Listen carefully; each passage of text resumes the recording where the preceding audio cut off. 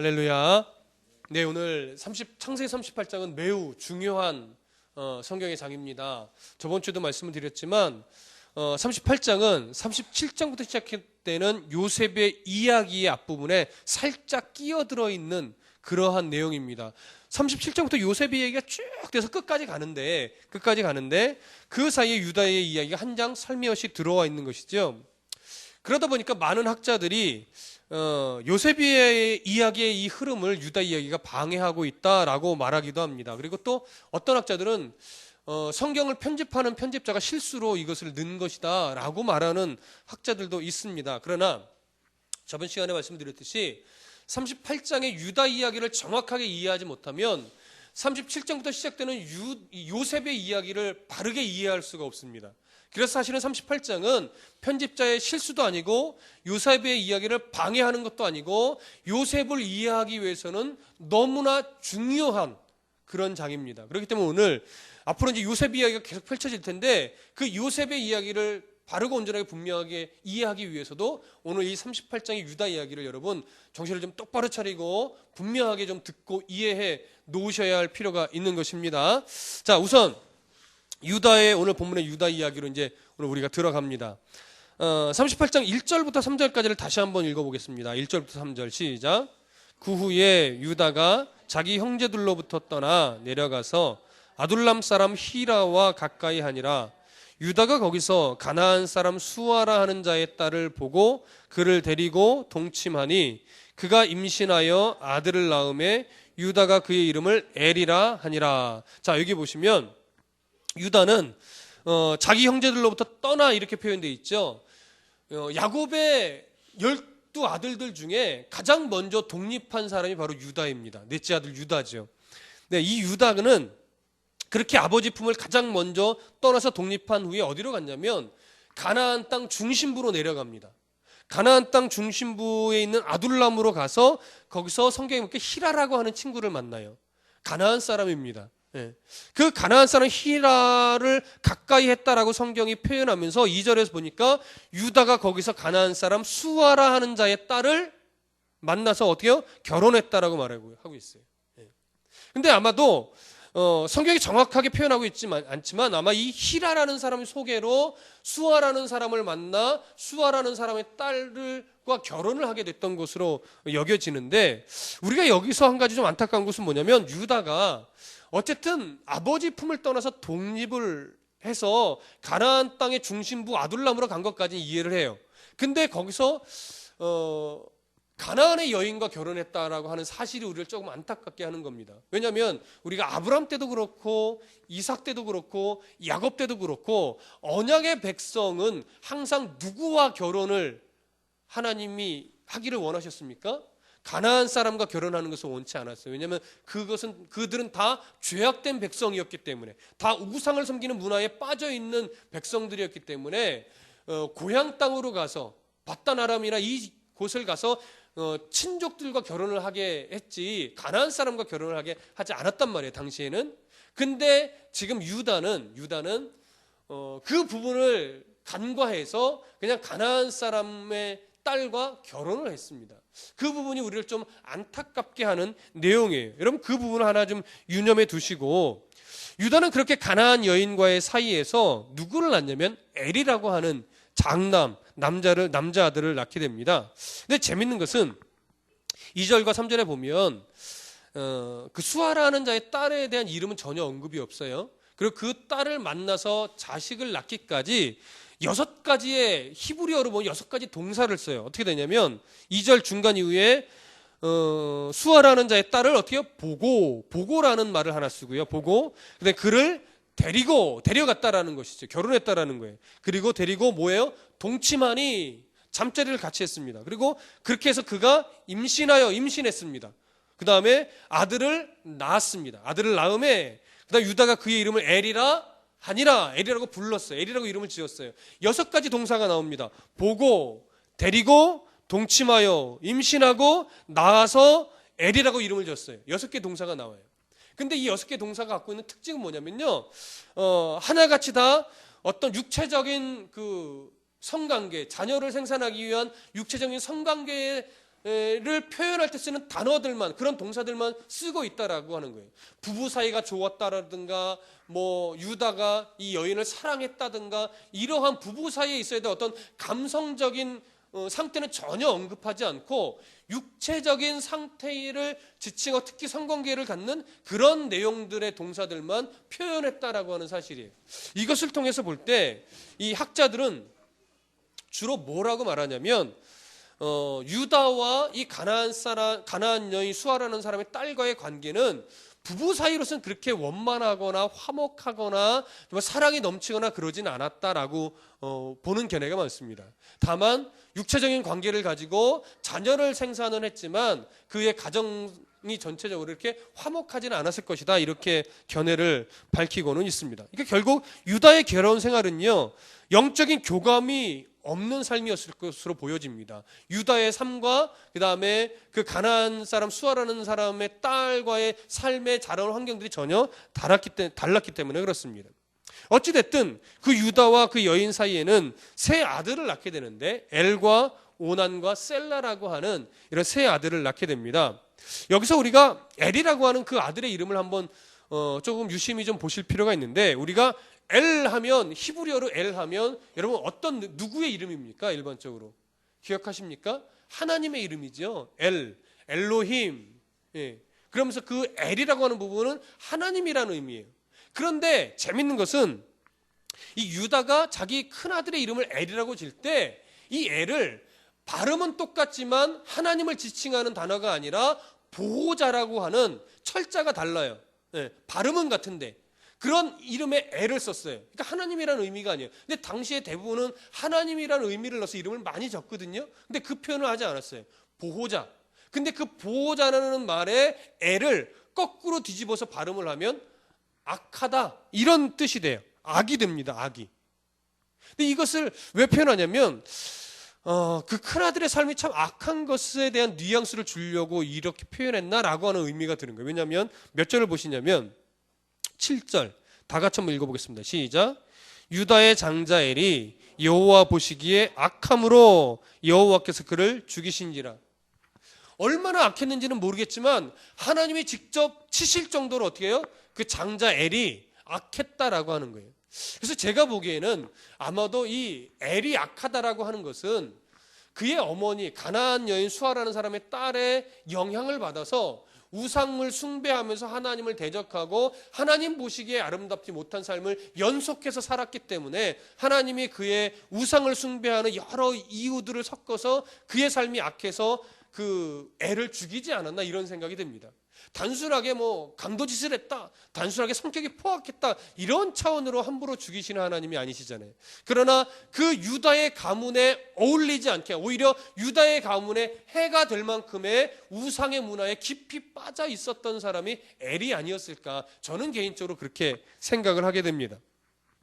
어쨌든 엘은 그렇게 하나님께 직접 치심을 받아 죽게 됩니다. 근데 큰 문제는 뭐냐면 엘과 엘의 아내 다말 사이에 누가 없었느냐? 아이가 전혀 없이 죽은 것이 가장 큰 문제입니다.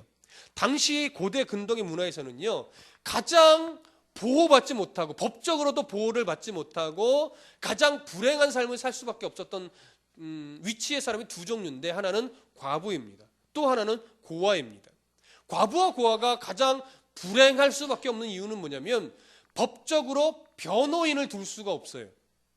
변호인을 둘 수 없다는 건 뭡니까? 아무리 억울한 일을 당하고 오해를 받고 누명을 뒤집었어도 대변할 수가 없으니까 그냥 법적으로 고소를 당하면 고소를 받고 불이익을 당할 수밖에 없는 거예요. 저 아니에요, 증인이 있어요, 이런 말을 못해요. 변호할 수 있는 사람이 있어요, 이걸 못하는 거예요. 그러니까 고아와 과부가 가장 불행한 사람이에요. 그래서 그런 그 당시 문화였기 때문에 이러한 그 억울하고 불행한 사람들을 보호하기 위해서 어떤 문화가 있었냐면, 특히 이스라엘 유대인들 안에는 고엘 사상이라는 것에 입각하여서, 고엘 사상이라는 것은 뭐냐면 대속이라는 겁니다. 대신 죽어준다. 이 사람을 살리기 위해서 누군가 대신 죽어주거나 이 사람을 풍요롭게 살 수 있도록 대신 뭔가 값을 지불해주거나, 이렇게 이 한 사람을 위해서 대신 뭔가를 해주는 것, 이게 고엘 사상이거든요. 보호자, 대속물, 대속. 근데 이것에 입각해서 어떤 문화가 있었냐면 계대 결혼의 풍습이 있었습니다. 그러니까 계대 결혼의 풍습을 설명하면 대충 이런 겁니다. 장남이 그리고 아들이 결혼을 했는데 아이가 없이 죽었어요. 그럼 그 형수가 과부가 돼서 가장 불행한 삶을 살아야 되잖아요. 그러니까 그 불행한 삶을 살지 않게 하기 위해서 그 다음 두 번째 아들이 형수와 대신 잠자리를 같이 해서 씨를 줍니다. 그래서 아이를 낳게 해주는 거예요. 그러나 그 아이는 동생의 아이가 아니라 죽은 형의 아들이 돼요. 그러니까 유산도 형의 아들 자격으로 장자의 유산을 받게 돼요. 그 아들이. 그럼 당시 장자의 유산은요, 항상 다른 아들에 비해서 2배를 받게 되어 있습니다. 예. 전체의 2배가 아니라 몫을 만약에 3명이면 몫을 몇 등분 하냐면 4등분 하는 거예요. 그래서 2몫을 장자에게 주고 한 몫을 둘째 아들과 셋째 아들에게 주는 거예요. 이해되시죠? 그런 식의 2배입니다. 그렇게 되니까 이 당시 유다의 둘째 아들 오난이 이제 그 계대 결혼에 입각해서 형수인 다말에게 동침을 하죠. 잠자를 같이 해주고서 아이를 낳게 해줘야 되는 거예요. 근데 이 오난이 가만 생각해 보니까 만약에 진짜 씨를 줘서 아들을 낳게 되면 장자의 유산이 형의 아들에게 2배가 가게 되니까 자기의 손해잖아요. 결국 아들이 안 생기면 장자로서 2배의 몫이 누구에게 오냐면 자기에게 오는 거예요. 그래서 그게 싫어서 잠자리는 같이 의무상 하지만 설정을 몸 안에다 하지 않고 몸 밖에다가 해버립니다. 근데 하나님이 이것이 악하다고 해서 그 오난을 죽여버립니다.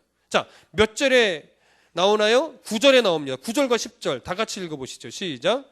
오난이 그 씨가 자기 것이 되지 않을 줄 알므로 형수에게 들어갔을 때에 그의 형에게 씨를 주지 아니하려고 땅에 설정하며 그 일이 여호와가 보시기에 악함으로 여호와께서 그를 죽이시니라. 하나님의 뜻을 거역했어요. 예. 그래서 그의 하나님의 뜻을 거스른 그의 행위가 악하여 하나님이 오난을 죽여버리신 겁니다. 자, 그러면 이 계대 결혼에 입각해서 이제 둘째 아들 오난이 죽어버렸으니까 이제 누가 그 형수와 동침을 해줘야 됩니까? 막내 아들 셀라가 잠자를 해서 씨를 줘야 되는 거예요. 근데 또 거기서 문제가 하나 생겨요. 이 셀라가 아직 남자로서의 구실을 할 만큼 장성하지 않았어요. 너무 어렸어요. 그래서 유다가 다말에게 뭐라고 말하냐면 11절 다 같이 읽어봅니다. 시작. 유다가 그의 며느리 다말에게 이르되 수절하고 내 아버지 집에 있어 내 아들 셀라가 장성하기를 기다리라 하니 셀라도 그 형들과 같이 죽을까 염려함이라 다말이 가서 그의 아버지 집에 있으니라. 자, 이해되십니까? 유다가 다말에게 말합니다. 너 우리 셀라가 지금 너무 어리니까 장성하면 부를 테니까 너도 여기 있으면 힘들지 않겠니? 아버지 집에 친정집에 가서 잠시 과부의 의복을 입고 가서 좀 셀라가 장성할 때까지 좀 기다려라. 내가 부를게 해서 보낸 거예요. 근데 성경은 그 의도가 정말 셀라를 그렇게 주기 위한 의도가 아니라 셀라도 죽을까봐 보냈다라고 하는 거예요. 그러니까 결국 이 말은 뭐냐면 유다는 자기 아들들의 어떤 하나님 보시기에 악한 그런 행동들에 대한 인식함이 없고 며느리 다말을 자기 아들 잡아먹는 그런 여인 취급한 거예요. 그래서 지금 하나님의 뜻은 전혀 생각하지 못해요. 내 아들이 또 죽을까봐, 또 죽으면 안 되잖아요. 그래서 며느리 다말을 친정으로 보낸 겁니다. 여기서부터 이제 사실은 이 가정에 큰 문제가 이제 계속 발생되는 것이죠. 자, 창세기 38장 오늘 본문 12절을 보면 그렇게 조금의 세월이 흐른 것 같습니다. 조금의 세월이 흘렀을 후에 쯤에 유다의 아내가 죽습니다. 12절을 다 같이 보실까요? 시작. 얼마 후에 유다의 아내 수아의 딸이 죽은지라. 유다가 위로를 받은 후에 그의 친구 아들람 사람 히라와 함께 딥나로 올라가서 자기 양털 깎는 자에게 이르렀더니, 자, 얼마 후 유다의 아내가 죽었습니다. 죽고 그 당시 문화대로 애곡하는 기간을 좀 보냈습니다. 며칠인지는 정확하게 모르겠지만 애도하는 기간, 위로를 받는 기간을 지나서 이제 장사를 다 끝내고 나서 그때의 시기가 무슨 시기였냐면 양털을 깎는 시기였어요. 목동에게 있어서 양털을 깎는다는 것은 뭐냐면 추수 때에 추수 수확하는 날과 같아요. 양털을 깎아서 팔아서 돈을 얻기도 하고 물물 교환해서 자기 필요한 것들을 사고 하는 돈을 이제 채울 수 있는, 물질을 채울 수 있는 기간이죠. 그래서 당시 양털 깎는 것은 많은 노동력이 필요했습니다. 그래서 양털을 깎는 곳이 따로 있었어요. 거기서 양털 깎는 사람도 있었고, 그래서 그곳으로 어떻게 해요? 양떼를 데리고, 그 풍성한 털이 있는 양떼를 데리고 갑니다. 가서 이제 양털을 깎고 그걸 가지고 또 물물 교환도 하고 돈도 구입하고, 그래서 돈을 벌어 재물을 취해서 이제 다시 내려오게 되는 것이죠. 그런 문화 속에서 이제 양털 깎는 시기가 돼서 양털 깎는 자에게로 갑니다. 근데 그 양털 깎는 자가 어디에 있었냐면 딥나라는 곳에 있었던 거예요. 자, 그렇게 해서 이제 딥나라는 곳에 가게 됩니다. 그런데 14절, 13절, 14절 한번 다 같이 읽어봅니다. 시작. 어떤 사람이 다말에게 말하되 네 시아버지가 자기의 양털을 깎으려고 딥나에 올라왔다 한지라. 그가 그 과부의 의복을 벗고 너울로 얼굴을 가리고 몸을 휩싸고 딥나 길 곁 에나임 문에 앉으니 그는 셀라가 장성함을 보았어도 자기를 그의 아내로 주지 않음으로 말미암음이더라. 자, 시아버지가 양털을 깎으러 딥나로 간다는 소식을 듣고 셀라가 장성했음에도 불구하고 자기에게 주지 않으니까 아이를 갖고 싶은 나머지 이 시아버지를 유혹해서 자녀를 내가 보아야 되겠다, 이런 발칙한 생각을 하게 된 것이죠, 여러분. 그래서 그가 가는 길목을 잘 알고 있죠. 왜냐하면 예전에도 그곳에 가서 양털을 깎았을 테니까 얼마나 잘 알고 있었겠어요. 그래서 그가 가는 길목 에나임이라고 하는 곳의 문 곁에 얼굴을 너울로 가리고 창녀로 분장을 해서 거기에 있었던 거예요.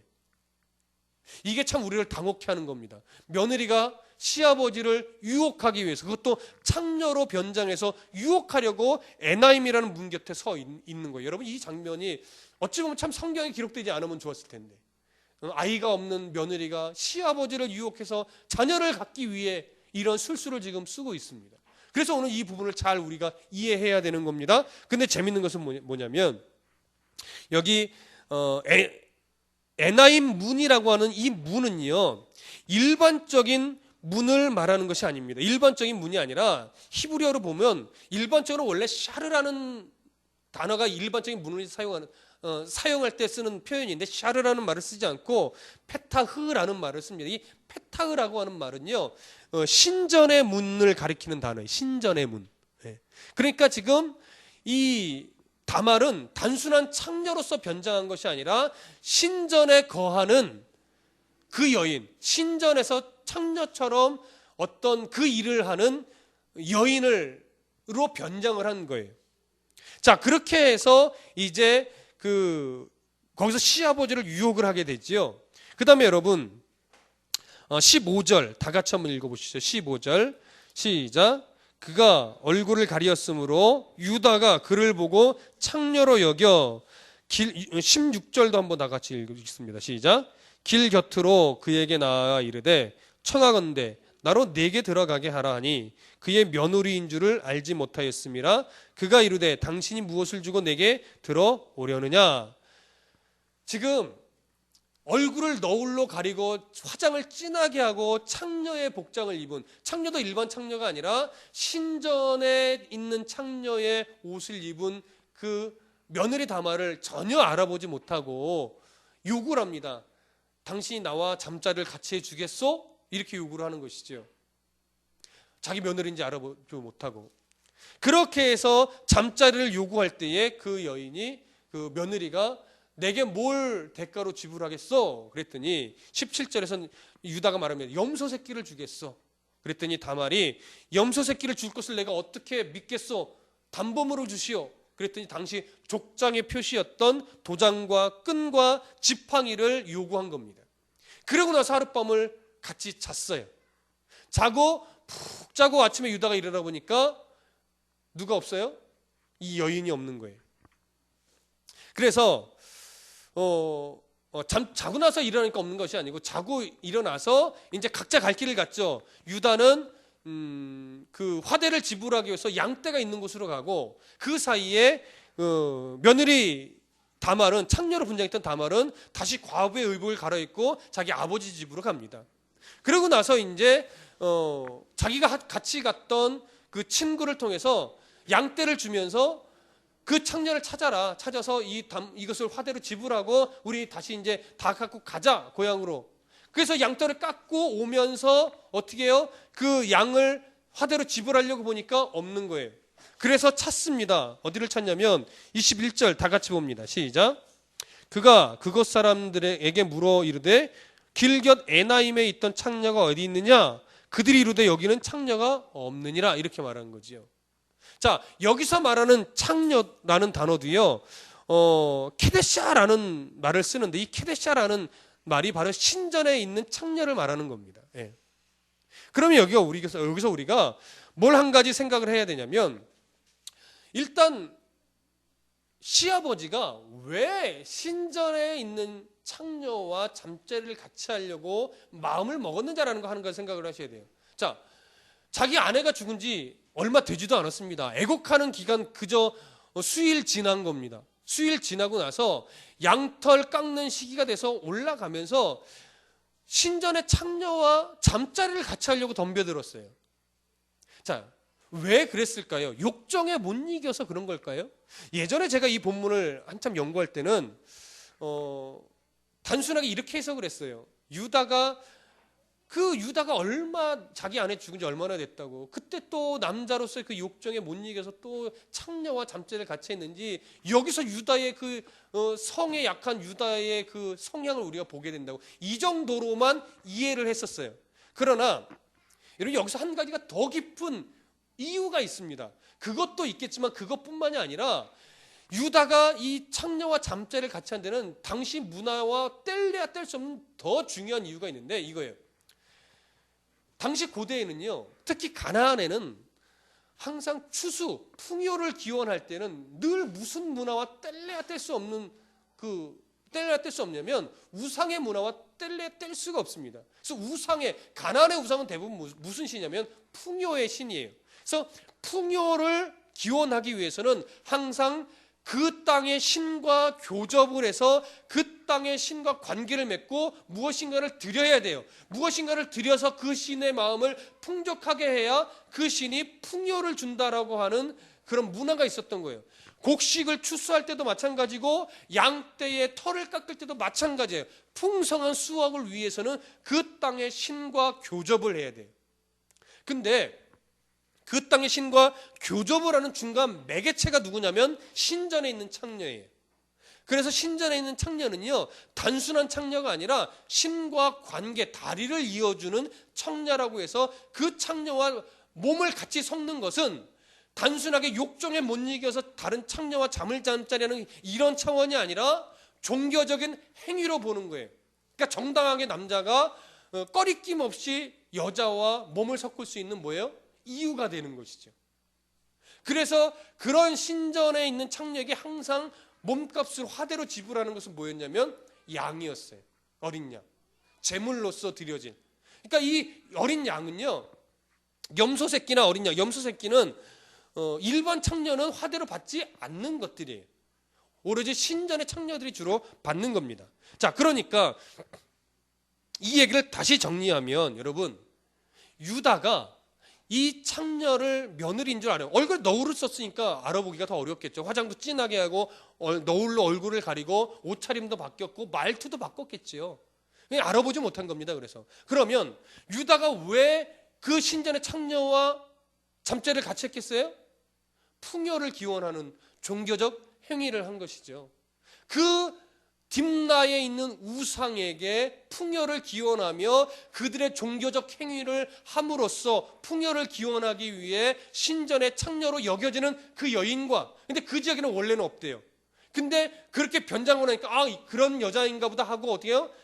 잠자리를 같이 한 거예요. 풍요를 기원하기 위해서. 이것은요, 단순하게 욕정에 못 이겨서 창녀와 잠자리를 한 것보다 하나님 앞에서는 더 악한 행위입니다. 그러니까 이 행위를 윤리적이고 도덕적인 차원으로만 볼 수 있는 문제가 아니라 이 행위는 종교적으로 하나님 앞에서 뭐 한 거예요? 간음한 행위로 하나님은 보는 거예요. 얼마나 유다의 성향이 성적으로도 문란했다라고도 볼 수 있지만 그보다 더 나아가서 종교적으로 하나님 앞에 온전하게 서지 못했던 자예요. 창세기 35장 2절에서 야곱이 가족들에게 이렇게 선포했었습니다. 이방 신상을 버리고 자신을 정결하게 하고 너희들의 의복을 바꾸어 입으라. 그러면서 야곱이 품었던 하나님을 섬기면서도 자꾸 세상으로만 쥐어갔던 그것을 다 버리고 이제 하나님만 믿겠습니다. 우리 가정은 하나님만 섬기겠습니다를 선포했는데, 이 유다는 그 아버지가 선포했던 이 말의 정확한 의도를 캐치하지 못하고 독립하고 난 이후에 또 무슨 문화에 젖어 살았다라고 하는 거예요. 이방 우상의 문화에 젖어 살았다라고 하는 겁니다. 누구를 아내로 얻은 거에서부터 알 수 있습니까? 가나안의 여인을 아내로 얻은 것에서부터 우리는 알 수 있습니다. 거기서부터 점차적으로 어그러지기 시작했던 거예요. 그러니까 점점점 하나님의 뒤에 갈수록 이 유다의 삶은 누구와 거리가 멀어져요? 하나님과 거리가 멀어지는 삶을 살아가게 됐던 겁니다. 이런 유다의 삶을 성경은 지금 보여주는 겁니다. 그러면 여러분, 지금 유다의 모습을 살펴봤으면 며느리 다말 쪽으로 한번 시선을 돌려보시죠. 며느리 다말의 입장은 그러면 정당한 겁니까? 막내 아들을 안 줬어요. 그게 화가 났어요. 나도 아이를 낳아서 이 불행한 삶을 살면 안 되는데 빨리 왜 안 주시나? 내가 이렇게 될 바에야 시아버지라도 유혹해서 자식을 낳아야 되겠다. 이런 마음으로 유다가 그런 걸까요? 유다가요, 다말이 유다와 동침해서 결국 한 번에 잠자리를 같이 하고 나서 임신을 합니다. 참 놀라운 일이죠. 한 번 잠자리를 같이 했는데 임신을 해요. 그러고 나서 석 달쯤 지나니까 시아버지 유다에게 소식이 들려왔어요. 야, 네 며느리가 어떤 남자랑 놀아나고 배가 이만큼 불러오더라. 그러니까 시아버지 유다가 화가 나서 붙잡아 와라. 이거는 뭐 심사할 필요도 없다. 그냥 사형이다. 이렇게 된 거예요. 당시에는 족장이 사형 권한이 있었습니다. 그래서 2차 저차 왜 그랬느냐 누구냐도 묻지 않고 그냥 사형하라 이거예요. 여러분 몇 절을 보시면 압니까? 바로 26절 다 같이 보시죠. 26절이 아니라 24절 시작. 석 달쯤 후에 어떤 사람이 유다에게 일러 말하되 네 며느리 다말이 행음하였고 그 행음함으로 말미암아 임신하였느니라. 유다가 이르되 그를 끌어내 불사르라. 이제 막 일초가 급합니다. 불살리움을 당해서 죽게 생겼습니다. 그때 다말이 유다에게 말합니다. 이 물건의 임자 때문에 내가 아이를 가진 겁니다. 그래서 세 가지를 내놓죠. 도장과 끈과 지팡이. 딱 보니까 누구 거예요? 자기 거예요. 흠칫 놀랐겠죠? 놀란 유다가 다말에게 이렇게 말합니다. 26절 다 같이 읽습니다. 시작. 유다가 그것들을 알아보고 이르되 그는 나보다 옳도다. 내가 그를 내 아들 셀라에게 주지 아니하였음이로다 하고 다시는 그를 가까이 하지 아니하였더라. 자, 유다가 며느리 다말에게 네가 옳다라고 말해요. 여러분 이게 뭐가 옳다라는 걸까요? 야, 네가 애가 없으니 시아버지라도 유혹해서 애를 갖는 것이 옳다라고 말하는 걸까요? 이것을 윤리적이고 도덕적인 시각으로 보면요, 이건 말도 안 되는 거예요. 이 불륜도 이런 불륜이 없고요, 근친상간도 이런 근친상간이 없어요. 이것을 도덕적이고 윤리적인 시각으로 풀려면 절대 풀려지지 않습니다. 그런데 오늘 그렇기 때문에 유다가 며느리 다말에게 네가 나보다 옳다라고 말한 이 옳다라고 하는 의미를 우리가 보실 수 있어야 돼요. 여기 옳다라는 말은요, 차다크라는 말인데 이것은 어떤 정당한 이유를 갖고 있다라고 하는 거예요. 정당한 이유. 근데 이것이 무엇에 대한 정당한 이유냐? 도덕적인 차원의 정당한 이유가 아니라 계대 결혼에 입각한 정당한 이유입니다. 당시 계대 결혼에 의하면 큰 아들이 죽었을 때 둘째 아들도 씨를 주지 못하고 죽고 셋째 아들도 씨를 주지 못하고 다른 씨를 줄 만한 아들이 하나도 남지 않았을 때는 어쩔 수 없이 그 계대 결혼의 의무에 의해 씨를 줘야 될 의무가 누구에게 가냐면 시아버지에게 가는 거예요. 그러니까 시아버지에게 가기 때문에 이것은 윤리적인 문제가 아니라 계대결혼법에 의해서 시아버지가 씨를 준 차원이기 때문에 어떤 윤리적으로 해가 되는 그런 부분이 아닌 거예요. 그래서 유다가 이렇게 말한 겁니다. 중간에 내가 그를 내 아들 셀라에게 주니 아니하였기 때문에 그가 나를 유혹했다라고 하는 의미예요. 그러니까 이것이 하나님의 법에 의한 차원에서 볼 때 하나도 틀리지 않았다라고 하는 거예요. 그래서 그렇게 해서 씨를 줘서 아이를 가졌으니까 그 아이는 옳다. 그 계대 결혼법에 의해서 옳게 받은 것이니까 그를 죽일 수 없었고, 그래서 그 이후로는 다시 뭐예요? 그 며느리와 동침하지 않았다라고 하는 거예요. 왜? 씨를 준 것으로 그의 역할은 끝난 거니까. 이렇게 이 의미로 인해서 유다가 다말에게 그는 나보다 옳다라고 말한 겁니다. 하나님의 법에 순종하는 차원에서의 옳음입니다. 그렇기 때문에 다말의 행위는 어떤 차원에서 정당한 이유를 갖느냐? 구원지향적인 차원에서, 하나님의 법이라는 차원에서 정당한 이유를 갖게 되는 것이죠. 그렇게 그런 정당한 이유를 가진 후에 이제 아이를 낳는데 누구를 낳느냐? 29절에 보니까 베레스를 낳습니다. 베레스. 자, 그러면 이제부터 너무 중요한 차원, 이제부터 정신을 좀 똑바로 차리고 들으셔야 되는데, 이 베레스가 누구입니까? 바로 다윗의 조상이 되는 사람입니다. 그리고 나아가서는 예수 그리스도의 조상이 되는 사람이에요. 마태복음 1장의 계보를 보면 결국 베레스의 족보가 나오고, 거기서 다윗이 나오고, 그 족보가 예수님에게로 갑니다. 자, 그러면 언약의 후손이 아브라함, 이삭, 야곱, 그 다음에 그 야곱의 언약의 후손이 야곱으로부터 누구에게로 이어질까요? 대부분은 그냥 문득 누구로 이어가냐면 요셉으로 이어갑니다. 근데 요셉이 아니에요. 언약의 후손은요, 유다에게로 이어가는 거예요.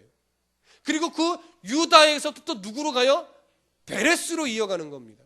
그것이 내려가서 보아스로 가고, 보아스로 간 것이 이새로 가고, 이새로 간 것이 다윗으로 가고, 다윗으로 간 것이 솔로몬으로 가면서 누구에게로까지 가냐? 예수 그리스도에게로까지 가는 겁니다. 그렇기 때문에 유다의 가문은요, 단순한 가문이 아니라 오늘 한 장밖에 나와 있지 않지만 하나님이 예수 그리스도의 족보, 언약의 후손으로 이어져 가야 될 유다를 하나님이 이렇게 만지고 있다, 그리고 그 후손을 지켜내고 있다라고 하는 것을 보여주는 거예요. 보세요. 유다의 가문이 다말에게서 아이를 낳지 못했다라고 하면 언약의 대는 뭐예요? 끊어지는 거예요? 안 끊어지는 거예요? 끊어지는 거란 말이에요. 그런데 엘은 악해서 죽었고, 오나는 하나님의 법을 무시하고 씨를 주지 않았고, 셀라는 유다가 셀라까지 죽을까봐 겁나서 안 준 거예요. 그러니까 계대 결혼법에 의해서 형제들이 다 씨를 못 줬으니까 누가 줘야 돼요? 유다가 줘야 되는 거예요. 시아버지가 줘야 되는 거예요. 그런 차원으로 다말이 그 법의 근거에서 시아버지를 유혹한 것이고, 그 법의 근거에서 아이를 갖게 된 것이고, 그렇게 해서 하나님이 한 번의 잠재를 통해서 아이를 준 이유는 예수 그리스도께로 이어져야 될 언약의 후손을 이어가야 했기 때문에 그렇습니다. 그러면 이것이 이렇게 하나님이 유다의 가문을 지켜내고 있으셨고, 유다의 가문을 만지시고 있었습니다. 그걸 드러내고 있는 거예요. 그러면 이것이 왜 요셉의 이야기가 너무 중요하느냐? 여러분 여기를 보십시오. 창세기 49장 10절. 창세기 45장. 창세기 45장을 보시죠. 창세기 45장 4절과 5절.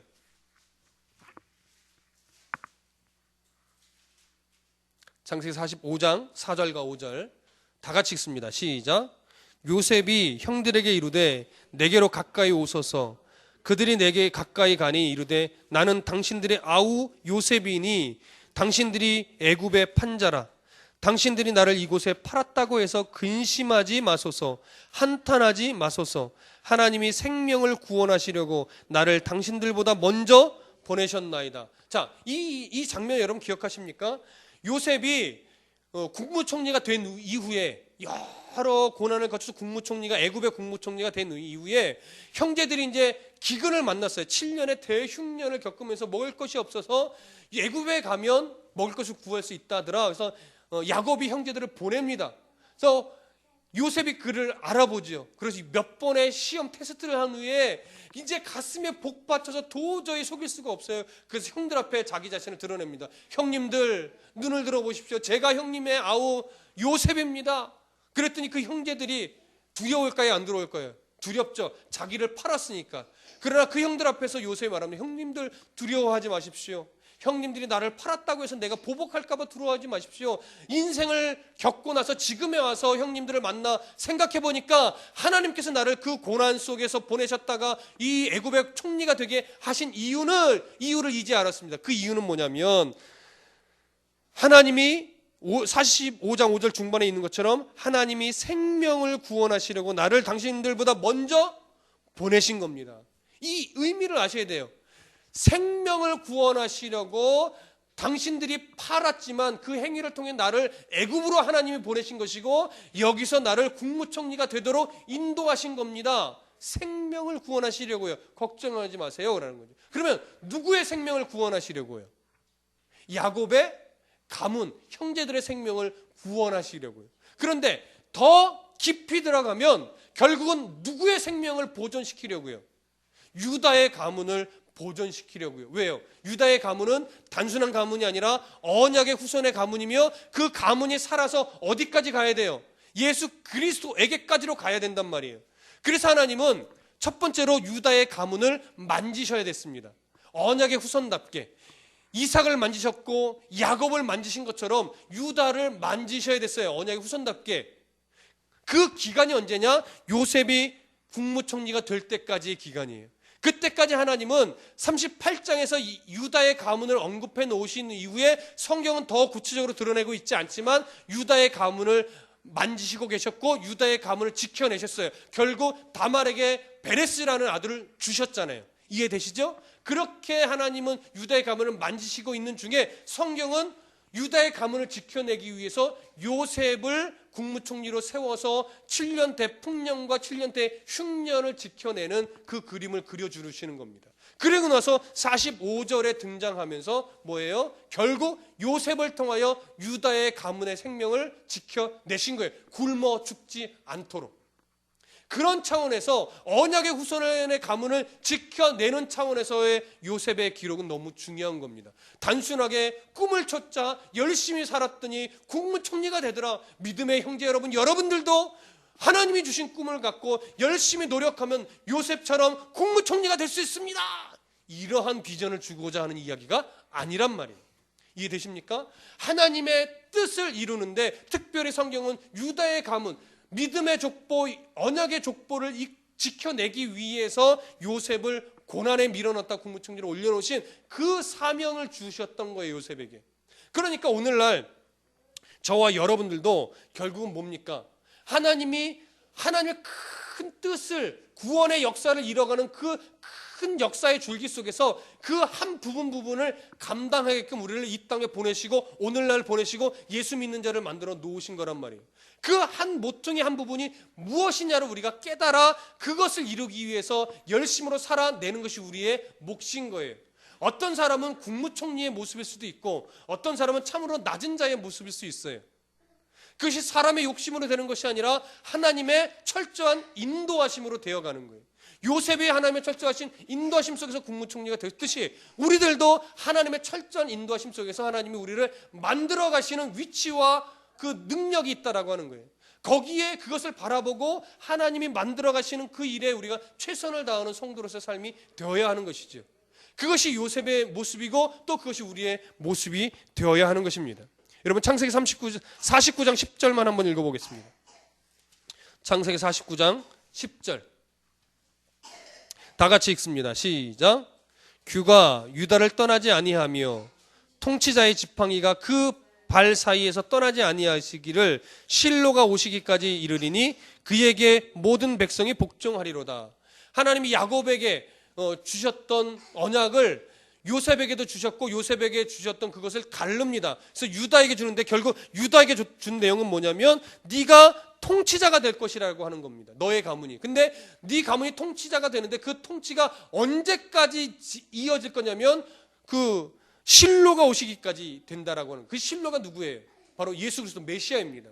메시아가 오실 때까지 그 통치자로서의 그 가문이 이어져 내려갈 거라는 거예요. 결국 뭐예요? 유다의 가문을 지켜내기 위해서 요셉이 사용된 것이라는 것이죠. 그래서 요셉은 어떤 육적인 장자로서의 역할을 줬다면 유다는 영적인 장자로서의 명분을 이어 내려가게 하신 겁니다. 우리의 인생도 이처럼 하나님의 뜻을 이루기 한 부분을 감당하는 역사입니다. 여러분들을 어떠한 부분을 감당하게 하나님 만들어 가실지는 하나님이 인생을 통해서 계속해서 보여주시고 깨닫게 해주시고 알게 하실 겁니다. 그것을 알아가면서 계속 순종해내는 싸움을 싸워야 되는 것이 우리인 겁니다. 여러분 국무총리가 되는 싸움을 싸우지 마시고 하나님이 보여주시는 그 뜻에 따라 기쁨으로 순종하는 싸움을 잘 싸워 나가시기를 간절히 부탁드립니다. 기도하겠습니다.